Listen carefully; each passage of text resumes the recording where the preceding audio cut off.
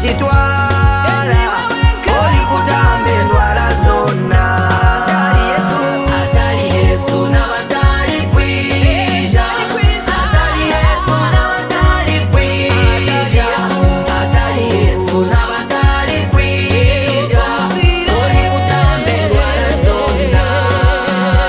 Enjejerezo na Yesu akazigutura, emandwa z'ekikiro kwe akondora, wenuleba ninago mukono kabanyamuhanga mukama webale.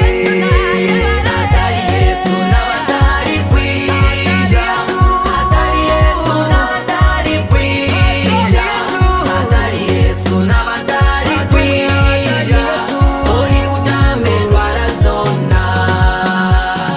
Tinchiresa nkabisigire mandwa, okunywa waragi nabyo nkabireka, kandi ebikubu nkabirekera bayaye, mazima Yesu wanje okanjuna. Atali Yesu n'abatali kwija, atali Yesu n'abatali kwija, atali Yesu n'abatali kwija oli kutambe ndwala zonna.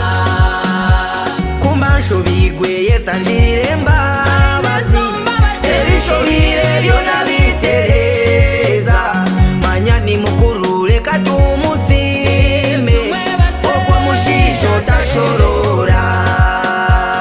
Atali Yesu n'abatali kwija, atali Yesu n'abatali kwija, atali Yesu n'abatali kwija oli kutambe ndwala zonna.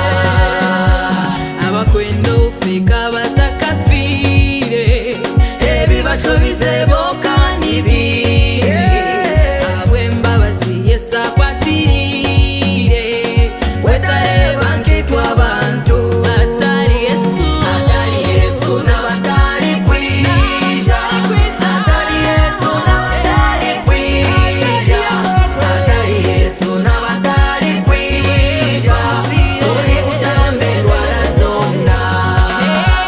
korabo ryahatere engaro zawe osime Yesu abo kukurinda ebindi byona reka birerere Hakuba Yesu we n'omwezi gwa. atali Yesu Atali Yesu n'abatali kwija, atali Yesu n'abatali kwija, atali Yesu n'abatali kwija oli kutambe ndwala zonna. Atali Yesu n'abatali kwija, atali Yesu n'abatali kwija, atali Yesu n'abatali kwija oli kutambe ndwala zonna.